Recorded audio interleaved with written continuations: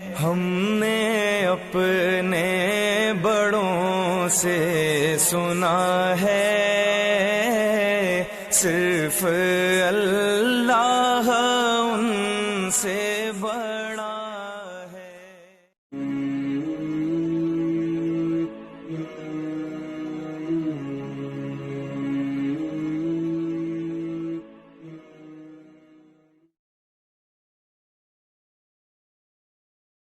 بسم اللہ الرحمن الرحیم۔ معزز خواتین و حضرات، السلام علیکم۔ حضرت شیز علیہ السلام کا قصہ۔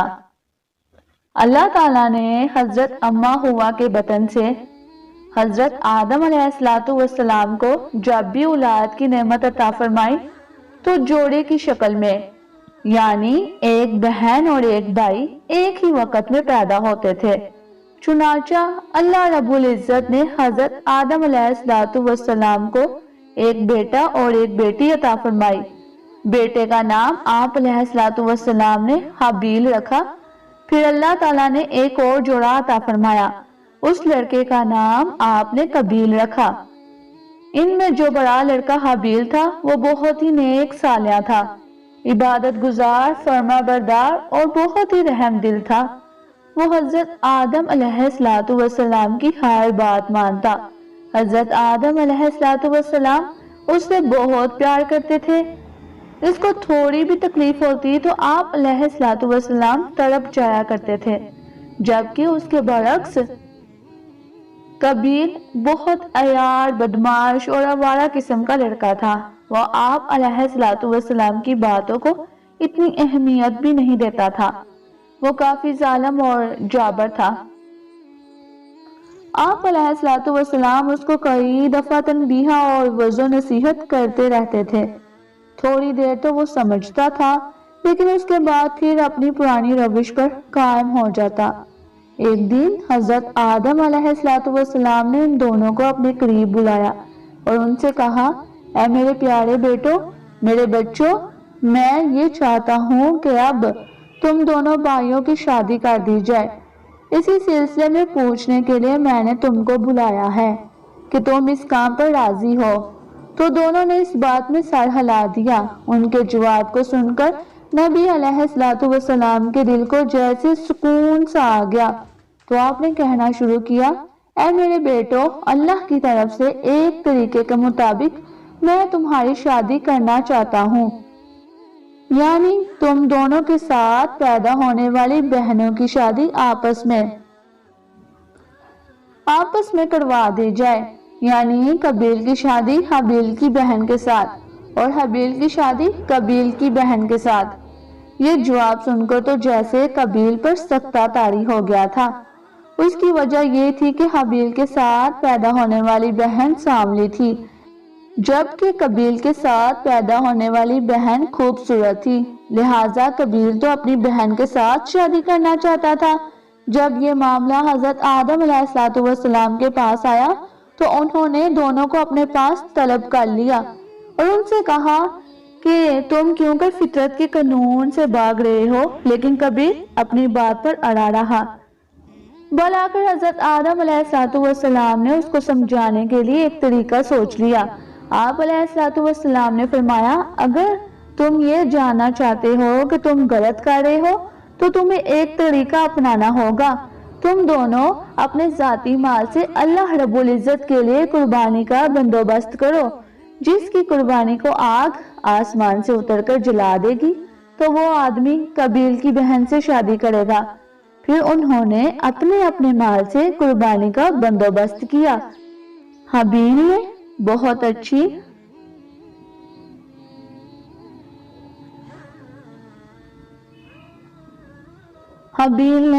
اچھی اور تازہ بیر اپنے ریور سے قربان کی اور قابیل نے ردی قسم کا عطیہ قربانی کے لیے پیش کیا۔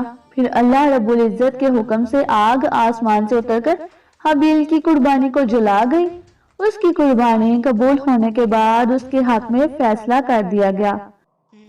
اب قابیل کے دل میں انتقام کی آگ جلنے لگی تھی۔ وہ اکثر موقع کی تلاش میں رہتا کہ کیسے اسے بدلہ لیا جائے۔ بلاخر اس نے ایک دن پروگرام بنا لیا کہ میں حابیل کو قتل کر دوں گا۔ پھر وہ ایک دن موقع تلاش کر تنہا بیٹھے ہوئے حابیل کے پاس چھپکے سے جا پہنچا۔ حابیل اس کو دیکھ کر سنبھل گیا۔ بھائی تم کیا خیریت سے آئے ہو؟ نہیں، میں خیریت سے نہیں آیا، تم نے میرا حق چھین لیا ہے، تم نے میرے ساتھ زیادتی کی ہے، تم نے میرے حصے کی چیز پر قبضہ جما لیا ہے، میں تمہیں زندہ نہیں چھوڑوں گا۔ اے میرے بھائی، میں تم پر ہاتھ نہیں اٹھاؤں گا کیونکہ میں حد سے گزرنے والا نہیں ہوں، ایسا تو میں نے اللہ کے حکم اور اس کے پیغمبر کی مرضی سے کیا ہے۔ ابلیس نے قابیل کے ذہن میں یہ وسوسہ ڈالا کہ اس کو قتل کر دو ورنہ یہ تم پر فوقیت لے جائے گا۔ شیطان کے وسوسے سے غالب آ کر اس نے حابیل کو قتل کر دیا۔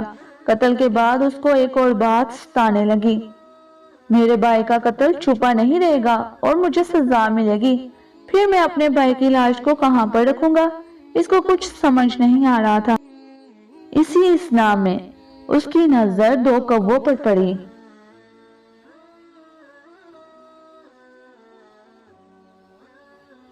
ان میں سے ایک کوے نے دوسرے کو قتل کر دیا اور پھر اس نے اپنی چونچ کے ساتھ زمین میں گڑھا کھودا اور اپنے ساتھی کی لاش کو اس گڑھے میں ڈال کر اوپر سے مٹی برابر کر دی۔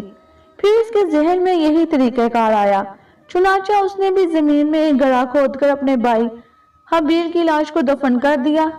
یہ زمین پر پہلا قتل تھا جو کیا گیا اور آج تک جتنے قتل ہوں گے اس کا برابر گناہ قابیل کے ذمہ جائے گا۔ جب حضرت آدم علیہ السلام کو پتا چلا تو وہ قابیل کو بہت لعنت ملامت کرنے لگے اور اسے گھر سے نکال دیا۔ نیز یہ کہ حابیل کی موت سے آدم علیہ السلام کافی افسردہ ہو گئے۔ پھر انہوں نے اللہ رب العزت کے حضور نیک صالح بیٹے کے لیے دعائیں مانگنی شروع کر دی۔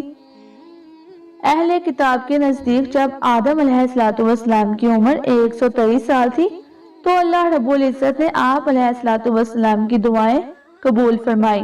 اللہ رب العزت نے آپ کو ایک نیک صالح بیٹا عطا فرمایا اور اسے نبوت کے منصب سے سرفراز فرمایا۔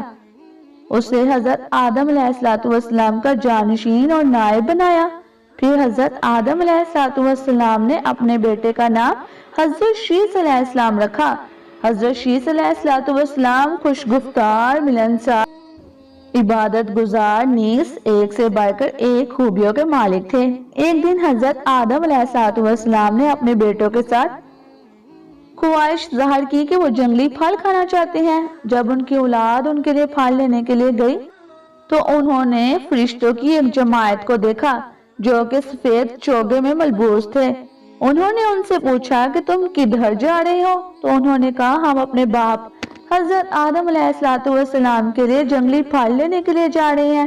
تو انہوں نے کہا اب ان کا وقت پورا ہو چکا ہے۔ جب فرشتے روح قبض کرنے کے لیے حضرت آدم علیہ السلام کے پاس پہنچے تو حضرت اماں ہوا علیہ السلام نے ان کو پہچان لیا اور رونے لگی اور حضرت آدم علیہ السلام کے ساتھ لپٹ گئی۔